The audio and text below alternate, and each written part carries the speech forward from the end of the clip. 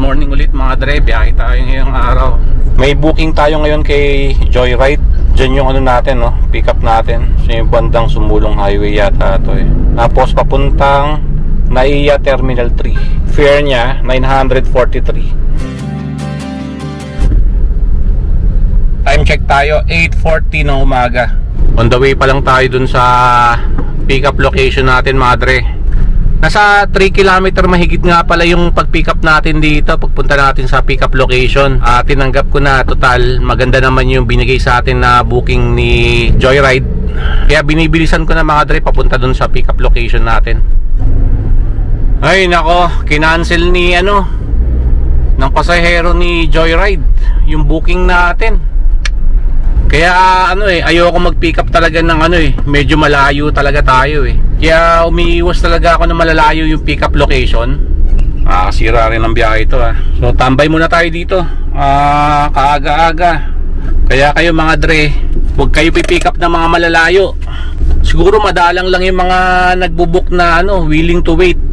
Siguro nahihirapan sila mag-book or nakibook lang sila sa ibang tao. Yun, possible na hindi makancel yung booking na yun. Pero yung mga ganito 3 kilometro mahigit, nako, delikado. Wala naman traffic eh. Binibilisan natin, malapit na nga tayo sa pick up location. Nasa 1.7 kilometer na lang tayo. Wala naman traffic dito. So wala, ganun talaga. Hintay-hintay ulit tayo ng booking dito. Yun, may booking tayo kay Grab. Nasa 2 kilometro mahigit papuntang pick up. Kasi yung mga pasahero ni Grab madalang nagka-cancel na to. Pero nung araw wala pa yung mga cancellation fee na yan. Madalas marami tayong na-experience na kina-cancel yung booking. Minsan nga talagang sobrang lapit na natin. Siguro mga isang kanto na lang siguro yun, naka-cancel pa yung booking. Pero ngayon wala, talagang nag-iingat na talaga yung mga pasahero ni Grab. Sana ganun din gawin ni Joyride para mabawasan naman yung mga para maiwasan naman ganito nangyayari. So kita-kits tayo dun mga dre sa pick up location. Sa nga pala yung hatid natin ito, sa MRT Cubao lang. Pero yung fare niya nasa 340. Yun, medyo malapit na tayo. O arrive na natin dito, baka walang signal dun.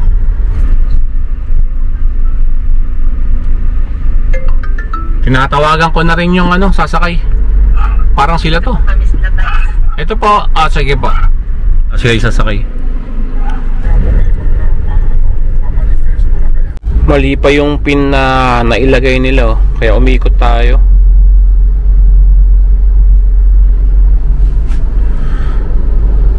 Nakakabwisit ngayon yung mga lubak-lubak. Kala mo mababaw pag dinaanan mo lalim pala. Maliit na lubak pero napakalalim. Talagang lagabog eh. Ingat-ingat din mga dre.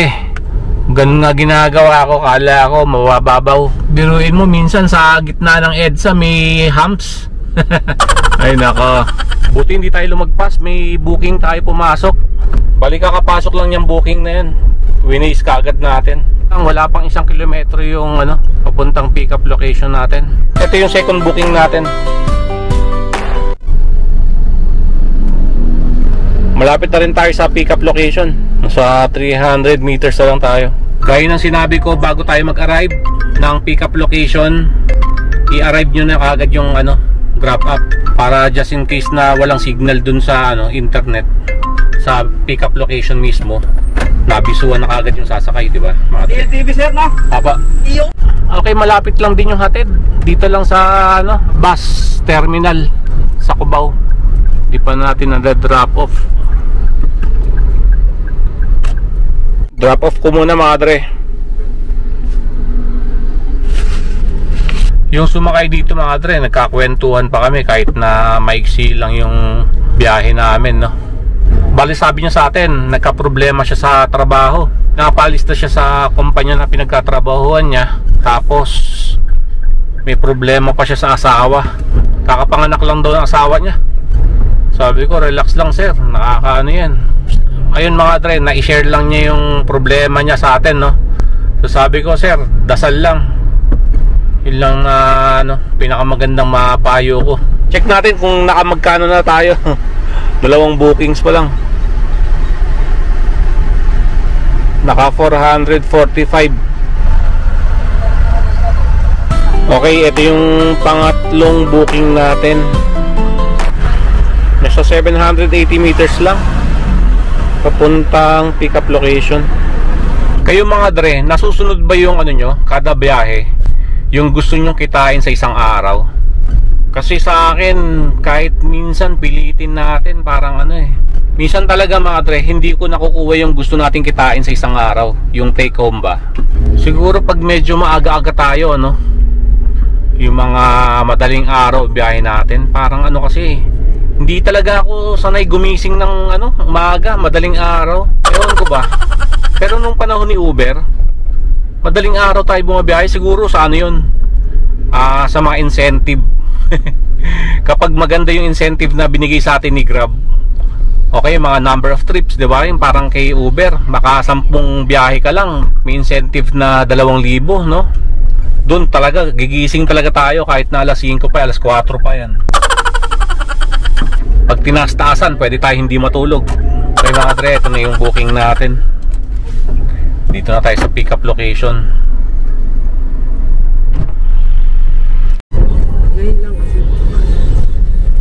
So next stop tayo mga dre. Okay, dito na tayo sa drop off. Nasubukan nyo na mga dre, nililista nyo yung kada biyahe natin. Kada tanggap natin ng bookings, nililista nyo. Nasubukan nyo na yung mga dre. Minsan kasi nagdududa tayo kung talagang pumapasok lahat sa cash wallet natin, no? Lahat ng GrabPay o lahat ng biyahe natin, kung lahat pumapasok yun. Ayos, may booking tayo. Puntahan pa lang natin. Sa 560 meters lang yung layo. Matagal din tayo tumambay dito, bago natin natanggap tong booking na to. Siguro inabot din tayo pagtambay dito ng mga 30 minutes. So kanan, pangatlong baka sir, ba't ang kanan nyo lang? Sige. Sundin natin yung pin ni pasahero. Okay, dito na tayo sa pick up. Ayos, kaka-drop off lang natin, may pumasok na booking. Dito rin yung pick up St. Luke's. Dito natin na drop off yung pumasok na booking. Ito yung panibagong booking natin. Yan dapat ganyan, hindi na yung bibigyan tayo napakalayong pick up. Yan din yung maganda kay Grab, hindi na tayo binibigyan ng masyadong malalayo na booking. Malalapit din yung pick up paminsan-minsan. Sa Eastwood lang yung drop off natin mga dre. Drop off sa Eastwood. Hindi tayo pwedeng tumambay dito sa Eastwood mga dre. Yun, may booking tayo.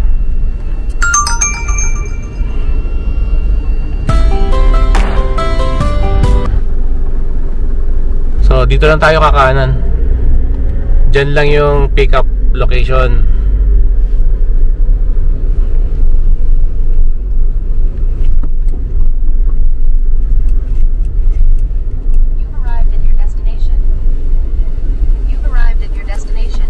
Diyan lang yung pasahero natin, Legrand Tower 3, yung pick up. Bali kanina pa ganyan panahon, makulimlim.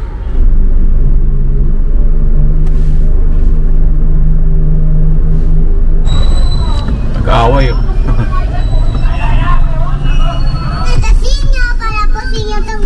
Tara madre, kain muna tayo. Ulam natin ngayon yung munggo. Nabili natin bago tayo tumanggap ng booking. Kakaiba yung nabili nating munggo. Parang siya, may miswa na sinama si ate. Okay, importante mga dre, makakain tayo, pananghalian natin. So kain muna ako.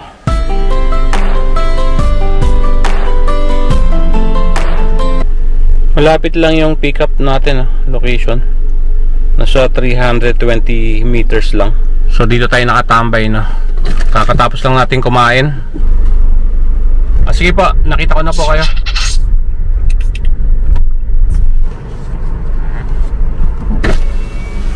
Drop off lang.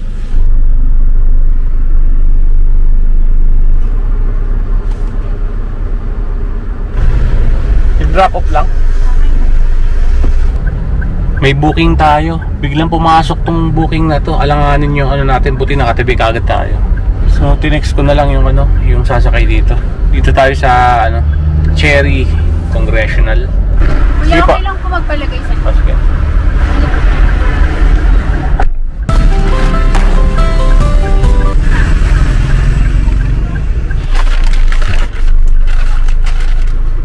Yun, kaka-arrive ko lang dito sa drop off. Tambay ulit. Wala pa kasing pumapasok na booking. Dito na lang siguro tayo.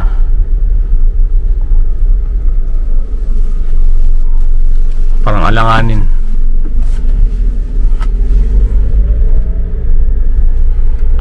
Okay, may booking tayo.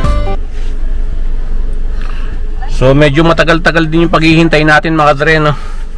Halos abutin tayo dito ng 1 oras. Grabe, nakatulog muna tayo.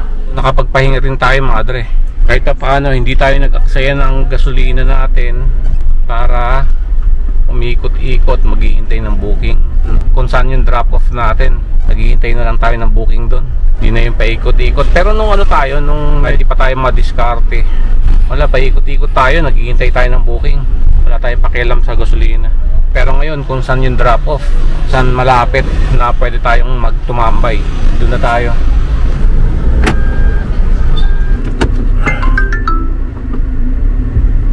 Ayun, si ate.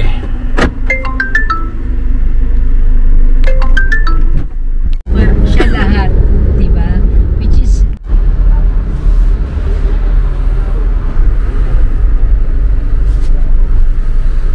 Yun, may booking tayo mga dre. Malapit lang yung ano. So, kakatabi ko lang kasi dito. Kaka-drop off lang natin ng pasahero natin, no. Tara. Let's go. Ganda ng panahon ngayon mga dre, oh. Hindi masyadong maaraw. Kahit saan, pwede tayo tumambay. Makulimlim. So, nagpatay tayo ng aircon, no. Bukas na tayo ng aircon. Okay, drop off natin dito sa may bandang 5-star, no, Cubao. Paisa-isa pasok ng booking. Pagka drop off ng isa, maghihintay na naman tayo ng booking. Tatambay na naman tayo. Hindi yung sunod-sunod yung pasok ng booking, no. So, ikot tayo sa gateway. Pasukin natin yun. Hindi ko nga alam kung dun tayo pupunta. Nahirapan din ako kumuha ng dyan, booking dito sa may bandang gateway. Medyo matagal pumasok yung booking natin dyan. Siguro kanan ko na lang dito, yung papuntang Erod. Doon at least makakatambay tayo sa gilid, no? Dito panaisita yung ginagawa sa atin dyan, ng mga gwardya. Napansin nyo ba mga dre? Ang daming jeep ngayon. So hindi ko alam kung natuloy ba yung yung modernization. Lalo pag nagagawi tayo ng Manila, ang daming jeep. Pag dito tayo nagagawi sa may bandang Erod, tumatambay tayo dito sa malapit sa iglesia ni Cristo. Tapos dito tayo bumibili ng ulam mga dre, dyan, no? Bago mag-iglesia, dyan tayo bumibili. Yun, may booking tayo. Bali kakapasok lang nito. Saan kayo pick up nito? Malayo kaya? Minsan puro ganyan, no? Hina ng signal natin, ng internet. Ayaw ituro yung lugar. O mahina lang yung internet signal natin. Bali kanina pa tayo dito, ayaw ituro yung lugar. Anyways, Google Maps. Head northwest on E. Rodriguez Sr. Avenue toward New York Avenue. Pero ito, pag Google, talagang kagad, no? Nakikita kagad niya. Arrive at your destination. Asan ako? Ang gusto ba bigyan ako ng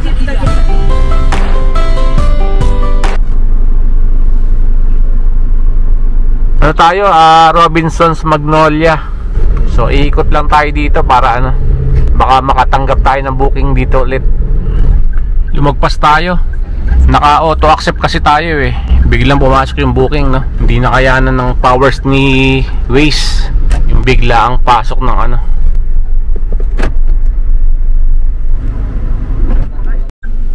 Naguguluhan si ate. Hawak-hawak lang daw niya yung cellphone niya dito. Hanap siya ng hanap sa likod. Wala daw. Di daw niya alam kung saan daw niya naiwan yata yun, yung cellphone niya. Sabi ko, nag-iisa lang naman siya sa likod. Kung dala-dala niya yun, malamang sa malamang nasa upuan lang yun. Wala, hanap siya ng hanap sa likod. Wala talaga. Ang problema natin mga dre, pag may sumakay na ibang tao sa likod. Pero hinanap na namin, wala talaga sa likod. Tingin ko, naiwanan niya. Iwanan niya dun sa pinag-pick upan natin na condominium. Palagay ko lang na misplaced niya yun dun sa lugar niya. Kasi pinaghahanap na sa ilalim ng upuan, sa gilid ng upuan. Hawak-hawak lang naman daw niya yun. Sabi ko, andyan lang yun. Hanapin na lang natin mamaya siguro kung ano tayo, kung handaan pa natin, kung maalala pa natin na may nawawalang cellphone si ate.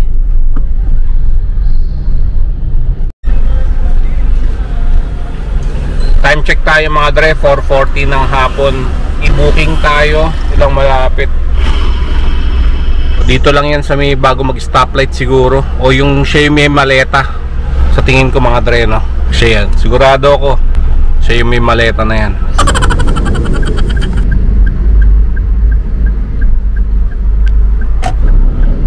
Teka mga dre, parang hindi siya yan. Nakatabi na tayo dito, no? Dito, dead ba pa rin? Hello po. Hello sir, dito na po ako sa may tapat ng Mel Marquez. Saan side ka? Doon sa papuntang St. Luke's or yung papuntang Cubao? Papuntang Cubao sir. Sige ha.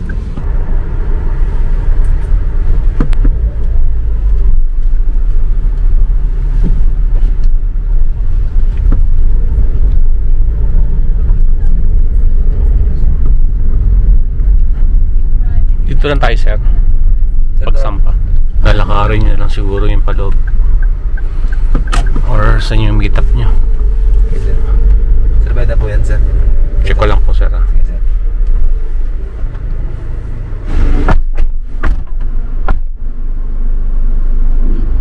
Ganda rin bumili ng sapatos dito. So New Balance, Adidas, tapos dami rin dito sa gilid ng Venice. McKinley Hill. Makabili nga ng sapatos dyan minsan. So ipon-ipon lang mga dre. Total once a year lang naman ako bumibili, or once every 2 years, no? Wala pa rin booking Check natin kung magkano na yung kita natin. Bale naka 2-3 na tayo. Okay, nasa BGC na tayo mga dre. May booking tayo dito, no? Na gumamit na nga pala ako ng isang MySet destination natin pauwi ng bahay. Ang drop off nga pala nito sa Mandaluyong, sa labas. So maya maya ng konti papalabas na tayo ng BGC. Malapit na. Diyan yung pick up location sa bandang kaliwa. Madalas nangyayari yun. Kung kailan nasa pick up location na tayo, doon tayo nawawalan ng signal, internet.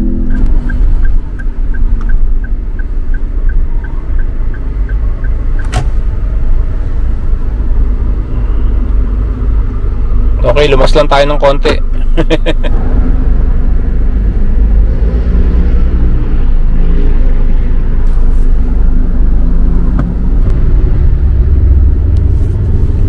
Bali, bumaba na yung pasahero natin. Dapat dyan siya bababa. Dapat iikot tayo, kakanan tayo dyan. Dito na siya nagpababa sa EDSA. Sa ginilid ko na lang. Time check nga pala tayo. Kanina nakatanggap tayo ng booking, kaso nga lang kinancel lang pasahero. Siguro nalayuan sa atin. Pero hindi naman ganun kalayo, no? Nasa lang yun. Wala pa yata 2 kilometro yun.